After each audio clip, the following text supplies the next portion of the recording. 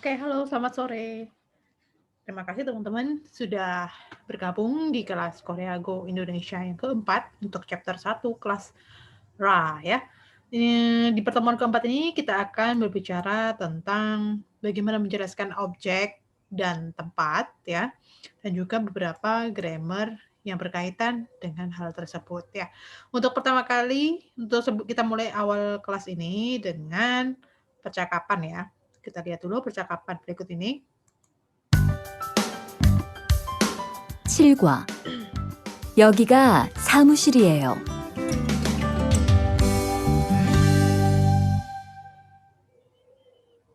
대화 1. 여기가 사무실입니까? 네, 사무실입니다. 화장실이 어디입니까? 저기입니다. Oke, ini adalah 4 kalimat. Ini percakapan sederhana ya. Kita breakdown dulu apa saja yang ada di dalam kalimat ini. Yang pertama ini adalah pembicara pertama namanya adalah Tuan, dan kemudian pembicara kedua bernama Minsu. Tuan bertanya, "여기가 사무실입니까?" Kemudian artinya adalah 여기가 사무실입니까? Ini cara memisahkan kalimatnya ya. Jadi kalau teman-teman mau ngatur intonasinya, itu motongnya di 여기가. 여기가 사무실입니까?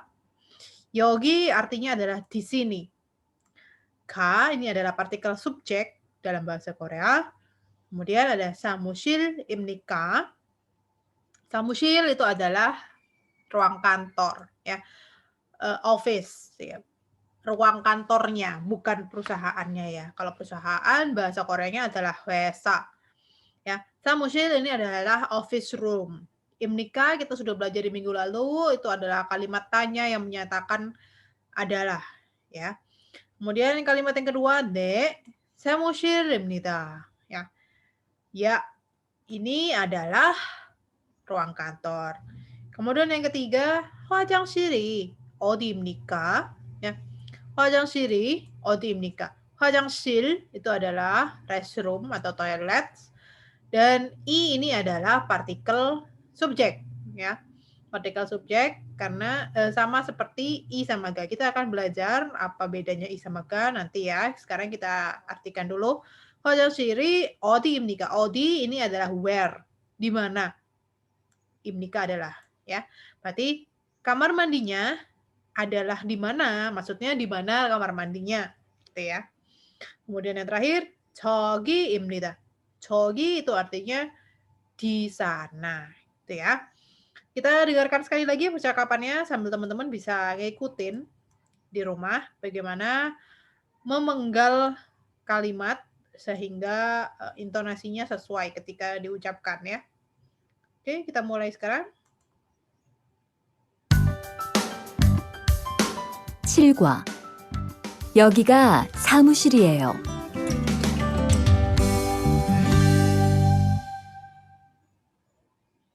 대화 1. 여기가 사무실입니까? 네, 사무실입니다. 화장실이 어디입니까? 저기입니다.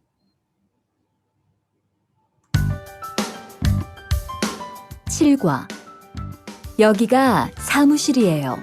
Oke, tadi ya kita sudah belajar tentang breakdown percakapan di atas. Sekarang kita coba lihat kosakata-kosakata yang berikut. Yang pertama di sini adalah kalimat frasa-frasa yang berhubungan dengan lokasi ya. Yang pertama adalah 여기. 여기. 여기 artinya adalah di sini. Kemudian ada 저기, itu di sana. Dan kemudian ada 거기, 거기 itu di situ. Sedangkan 어디 itu adalah kalimat tanyanya, yaitu artinya adalah di mana. Nah, kalau teman-teman perhatikan, kadang kan kita orang-orang Indonesia pun kadang bingung ya, kapan kita bicara di sana dan kapan kita bicara di situ. 저기 sama 거기 itu artinya di sana. Kalau teman-teman perhatikan gambar di sini, ketika kamu bicara di sana, benda yang dikatakan, yang dimaksud itu letaknya jauh daripada pembicara dan orang yang diajak bicara, ya kan? Sedangkan kalau 거기 Koki itu artinya adalah di situ ya. Jauh dari pembicara, ya kan? Tapi dekat sama orang yang diajak bicara. Jadinya artinya adalah di situ. Ya di sana sama di situ. Makanya kadang kalau misalnya di Korea biasanya kan kalau kita orang Indonesia biasanya kalau manggil orang nggak tahu namanya kan Mas, Mas, Mbak, Mbak gitu kan atau Pak, Bu gitu kan. Kalau di Korea, disarankan tidak asal memanggil oppa, onni, hyung, nuna, ataupun ajuma ya, apalagi ajuma orangnya bisa muntap nanti ya kalau tiba-tiba nggak kenal tiba-tiba dipanggil ajuma. Biasanya kalau mau merefer orang yang kita mau panggil orang, tapi kita nggak tahu siapa namanya atau gimana cara manggilnya, biasanya cuma bilang "저기요", maksudnya, yang di sana gitu, maksudnya seperti itu ya. Atau kalau misalnya mau ngasih uang, kita mau dibayar ke kasir, misalnya kan kita kalau di kasir biasanya tanya, "Harganya berapa?" "Oh, semuanya mungkin 10.000." "Ini uangnya," gitu. Nah, itu biasanya bilang, "여기예요." Nah, maksudnya ini uangnya, ini gitu, "여기요." Nah, di restoran pun sama, kalau teman-teman nanti misalnya ke Korea dan misalnya mau manggil pelayannya, itu biasanya kan kita mengangkat tangan, "Permisi, Mbak, Mbak," gitu kan biasanya kita kalau di Indonesia. Tapi kalau di Korea biasanya kita cukup angkat tangan dan bilang, "저기요, 저기요," atau "여기요" juga bisa, tapi biasanya yang paling sering dipakai adalah "저기요," yang artinya adalah, "Hei yang di sana," gitu ya maksudnya ya.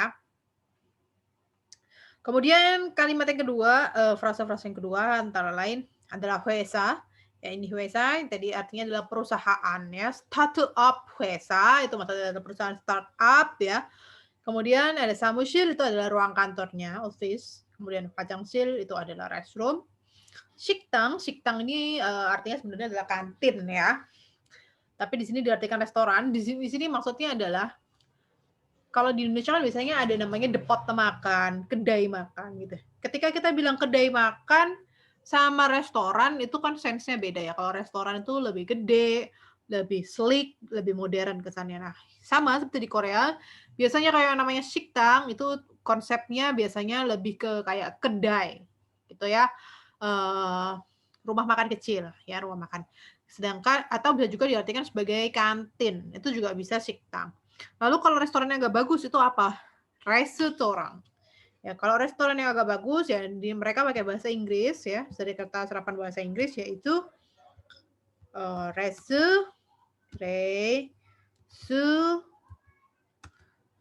to rang. Restoran. Ya, restoran. Ini maksudnya adalah restoran, tapi ini dari bahasa Inggris yang dijadikan, kata serapan. Jadi restoran, gitu ya. Oke, sekarang kita lanjut di kalimat berikutnya. Kalimat berikutnya adalah 집. Ya, 집 itu artinya adalah rumah, ya. 집 artinya adalah sorry.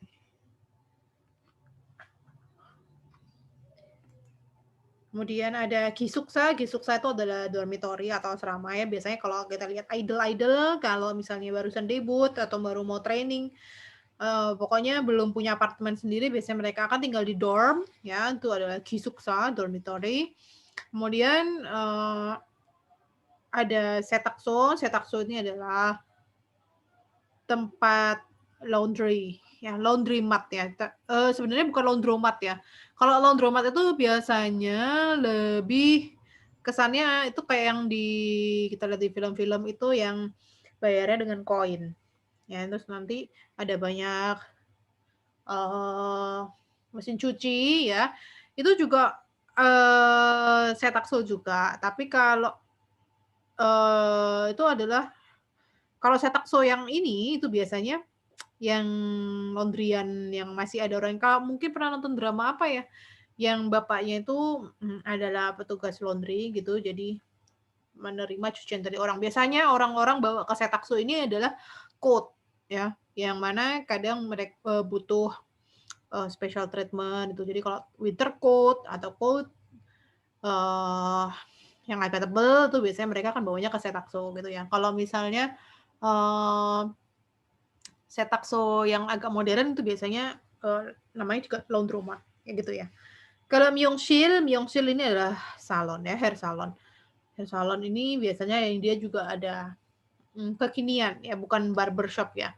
Jadi Myeongsil itu biasanya yang lebih modern, bisa terima laki-laki dan juga perempuan. Itu Myeongsil. Kemudian yang berikutnya adalah Sijang. Itu adalah market ya, pasar wet market. Ya. Tapi wet marketnya Korea nggak se-wet di Indonesia ya. Jadi masih kalau kayak pasar modern gitu ya kalau di Indonesia. Kemudian ada Marte, ini adalah mart. Ada Pyeonijom, itu adalah convenience store ya kayak Indomaret, Alfamart gitu ya. Sedangkan supermarket itu adalah supermarket. Nah, ini kalau di Indonesia biasanya kita sama-sama bilang namanya adalah swalayan ya. Tapi kalau di Korea itu istilahnya sendiri-sendiri. Ini urutannya ya istilah-istilahnya ini nggak ada di buku, teman-teman bisa jadi pengetahuan aja. Yang pertama ada Pyeonijom ya. Makanya ada drama Pyeonijom Setbyori. Pyeonijom itu dari kata pyeon, pyeone ya, itu artinya adalah kenyamanan atau convenience. Sedangkan jom itu adalah store. Jadi store of convenience, maksudnya adalah convenience store gitu ya. Itu kalau di Korea contohnya adalah GS25, 7-Eleven, CU, E-Mart 24. Sedangkan kalau di Indonesia kita bisa skalanya kayak Indomaret, Alfamart, dan juga Circle K. Sedangkan yang kedua ada supermarket. Ya, supermarket itu tempatnya kayak lokasinya biasanya itu adanya di daerah-daerah perkecamatan gitu ya, atau distrik gitu ya. Kalau di Korea tuh ada hanya distrik, tapi itu ibaratnya kayak kecamatan gitu ya di Indonesia. Jadi itu isinya yang dijual di dalam supermarket itu seperti convenience store. Ya, cuman dia lebih besar dan sedikit lebih lengkap untuk memenuhi kebutuhan sehari-hari. Kalau di Indonesia itu kita kan biasa kenal ada Giant Express ya. Juga ada Alfamidi. Beda kan Alfamart sama Alfamidi yang dijual itu beda, tapi mayoritas yang dijual sama Alfamart itu ada di Alfamidi gitu kan. Atau kalau di Korea juga adanya GS Supermarket. Kalau nggak salah di Jakarta juga ada ya GS Supermarket tuh ada. Kemudian ada Mate. Mate ini biasanya lebih besar daripada supermarket dan tanda-tandanya itu adalah ada parkiran. Ya, ada parkiran dan dia selain menjual essential needs, dia juga jual baju dan juga jual kayak perintilan-perintilan. Bahkan kadang ada jual kayak beberapa wine murah itu juga ada gitu ya. Jadi contohnya kalau di Korea itu ada E-Mart ya, ini mart favorit orang-orang Korea, makanya ada di drama itu salah satunya yang Sanggap Pojang itu ya, Sanggap Pocha ya, yang apa sih, yang ceritanya tentang dua dunia itu, yang ada perempuannya, yang ada Wonju. Nah itu, kemudian ada Lotte Mart ya, Lotte Mart ini juga ada di Indonesia ya. Udah ada kalau di Indonesia yang kita biar bisa ada gambarannya itu ada Carrefour, ada Hypermart ataupun Giant. Ya, sama. Levelnya itu semua disebutnya Marte. Kemudian ada Baekhwajom ya. Baekhwajom ini adalah mall, department store ya. Ini seperti Lotte Mall atau Shinsegae ya kalau misalnya di Korea gitu ya. Itu tadi adalah contoh-contoh tempat di Korea ya, dan juga beberapa frase yang berkaitan dengan dia. Nah, sekarang kita belajar grammar pertama kita untuk hari ini, yaitu adalah partikel i dan ga. Partikel i dan ga ya, itu adalah partikel yang menunjukkan bahwa kalimat itu adalah subjek dari kalimat tersebut. Ya. Biasanya partikel yang i itu ditempelkan sama kata benda ya yang berakhiran dengan huruf mati ya. I itu kan huruf vokal, berarti dia ditempelkan ya sama huruf mati atau huruf konsonan. Sedangkan ga itu ditempelkan pada kata-kata yang berakhiran huruf hidup ya, karena ga ini adalah huruf G yang berarti itu adalah huruf mati atau huruf konsonan, berarti dia ditempelin ya sama huruf vokal atau huruf hidup. Seperti di sini contohnya adalah yang pertama 사무실이 어디입니까? Ya, sini kita lihat 사무실이 어디입니까 ya. 사무실 Ini berakhiran dengan huruf real atau huruf R, yang mana itu berarti adalah huruf mati atau bacim, berarti ditempeli dengan partikel I, agar bisa terbaca. Kalau samusilga itu bagi orang Korea kan tidak mudah ya menyebutkannya, nggak bisa langsung samushiri. Nah, itu kan berarti satu kata yang tidak terputus, lebih mudah diucapkan. Ya, kemudian ini adalah yogi. Yogi juga berakhiran huruf hidup, berarti ditempelin ya dengan K. Yogi, K, partikel K. Sedangkan yang ketiga ada jogiga, supermarket simnika ya. Bacanya bukan jogiga supermarket imnika ya. Karena supermarket itu berakhiran dengan huruf S, berarti bacanya adalah jogiga supermarket simnida. Gitu ya. Jogiga juga berakhiran dengan huruf I, ya jogi, otomatis tempelinnya dengan K. Ya, jogi, K, supermarket simnika. Oke, sekarang kita akan masuk slide. Ini nggak ada di buku, ya. Tapi ini saya kasih penjelasan agak lebih detail. Kalau kita bicara grammar bahasa Korea, partikel subjek dalam bahasa Korea itu ada dua. Yang pertama adalah enen atau iga. Ya, kalau tadi kita sudah belajar, partikel I itu ditempelin ke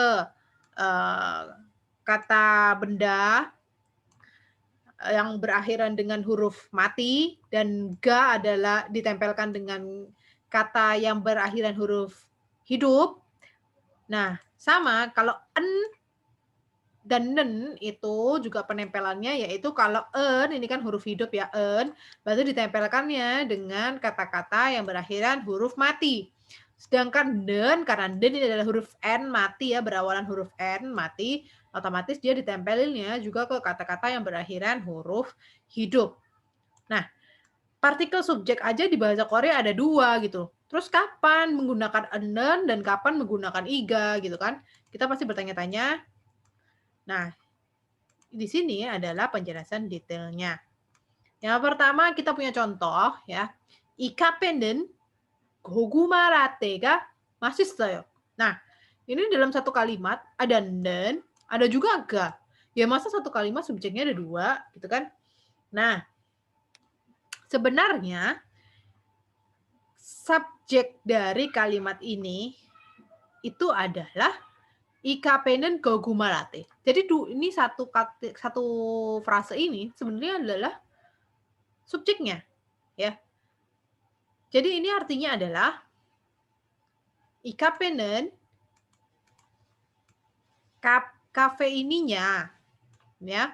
Goguma latte-nya enak, ya. Kalau di dalam bahasa Indonesia secara natural kita akan mengartikan goguma latte di kafe ini itu rasanya enak, ya. Goguma latte itu adalah latte ubi, ya, taro, gitu ya, semacam taro. Tapi bukan taro ya. Kalau goguma itu biasanya warnanya kuning, ya. Jadi itu kayak ubi cilembu gitu kayaknya ya. Jadi kafe ini latte ubinya enak, ya. Nah, kalau memang ini adalah subjeknya, ya, ini adalah subjeknya. Tapi kenapa kok ada enen dan juga ada ga, ya? Kalau kita perhatikan en atau nen itu digunakan jika kata-kata tersebut adalah inti dari kalimat atau topiknya kalimat. Ya. Kemudian en atau nen itu adalah apa yang dibicarakan dalam kalimat tersebut. Jadi inti utamanya, jadi topiknya kalimat itu apa sih di dalam satu kalimat itu? Dan juga bisa sebagai bentuk kontras. Ini bentuk kontras ini kita akan pakai contoh yang lain ya. Nah, sedangkan kalau i atau ga itu biasanya barang atau kata-kata yang ditempeli dengan i atau ga posisinya lebih penting daripada yang ditempeli dengan en atau nen. Ya.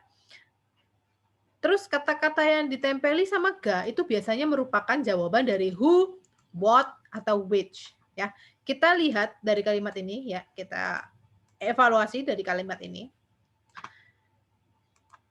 이카페는 고구마 라떼가 맛있어요. Ya, kafe ini Latte ubinya enak. Karena kita lihat dari ciri-ciri yang pertama. Inti dari kalimat atau topik dari kalimat di atas itu apa? Topiknya kita tuh sedang membicarakan sebuah kafe. Ya kan? Kemudian, apa sih yang dibicarakan dari kafe ini? Yang dibicarakan dari kafe ini itu adalah goguma latte-nya, ya. Itu memenuhi syarat yang mana lebih penting atau lebih fokus daripada an atau nen, ya. Kita memang sedang membicarakan sebuah kafe. Tapi yang lebih penting lagi, yang apa inti dari pembicaraan kita tentang kafe ini itu adalah goguma latte-nya, ya. Kemudian kita merujuk lagi ke contoh I atau G yang kedua, biasanya merupakan inti jawaban dari who, what, atau which. Siapa, apa, dan yang mana. Nah, dari kalimat ini yang merupakan contoh dari jawaban dari who, what, atau which itu adalah goguma latte. Ya, kalau ikapenen dia lebih cocok untuk menjawab pertanyaan where. Ya, itu kan. Jadi goguma latte di cafe ini adalah yang rasanya enak. Gitu ya. Nah, kemudian kalau untuk memenuhi contoh yang ketiga, bisa juga sebagai bentuk kontras. Itu contohnya kayak gimana sih? Nah, kita masuk ke contoh kalimat yang lainnya. Yang biar bisa menunjukkan apa sih perbedaannya gitu kan. Tapi itu nanti ya, kita sekarang ngerjain ini dulu. 보기처럼 이 나가를 사용해서 문장을 완성하세요. Selesaikanlah ya, 완성하다 itu adalah finish, complete ya, lengkapi. 완성하세요. Lengkapilah, selesaikanlah kalimat seperti yang dilihat dengan menggunakan I atau ga. Ya. Kita ingat tadi kalau I ditempelkan dengan kata-kata yang berakhiran dengan huruf mati. Sedangkan ga ditempelkan dengan kata-kata yang berakhiran huruf hidup. Ya. Seperti ini contohnya hwajangsil. Hwajangsil berakhiran dengan huruf real atau huruf mati, berarti kita harus menempelkannya dengan huruf I. Gitu ya. Contoh yang, pertanyaan yang pertama adalah 식당. 식당, kantin. Ya, 어디입니까? Di mana? 식당 berakhiran dengan huruf ieng atau huruf ng, eng, berarti dia harus disambungkan dengan huruf hidup ya kan? Berarti 식당이 어디 있어요? Gitu ya. Sedangkan contoh yang kedua atau isi yang kedua adalah 세탁소 어디입니까? 세탁소 berakhiran dengan huruf hidup o ya, berarti jawabannya adalah 세탁소 ga. Gitu ya. Yang ketiga adalah 여기 titik. 시장입니다. Di sini adalah pasar. 여기 berakhiran dengan huruf hidup berarti 여기 ga. Gitu ya. Kemudian yang keempat ada 편의점 atau convenience store. 편의점 titik 저기입니다. Ada di sana. Ya, 편의점 berakhiran dengan huruf miem berarti harus disambungkan dengan huruf hidup yaitu I. Sampai sini teman-teman sudah paham ya? Atau masih ada yang bingung bisa nanti bertanya di chat box ataupun bisa tanya di WhatsApp group ya. Oke, sekarang kita lanjut ke slide selanjutnya ya.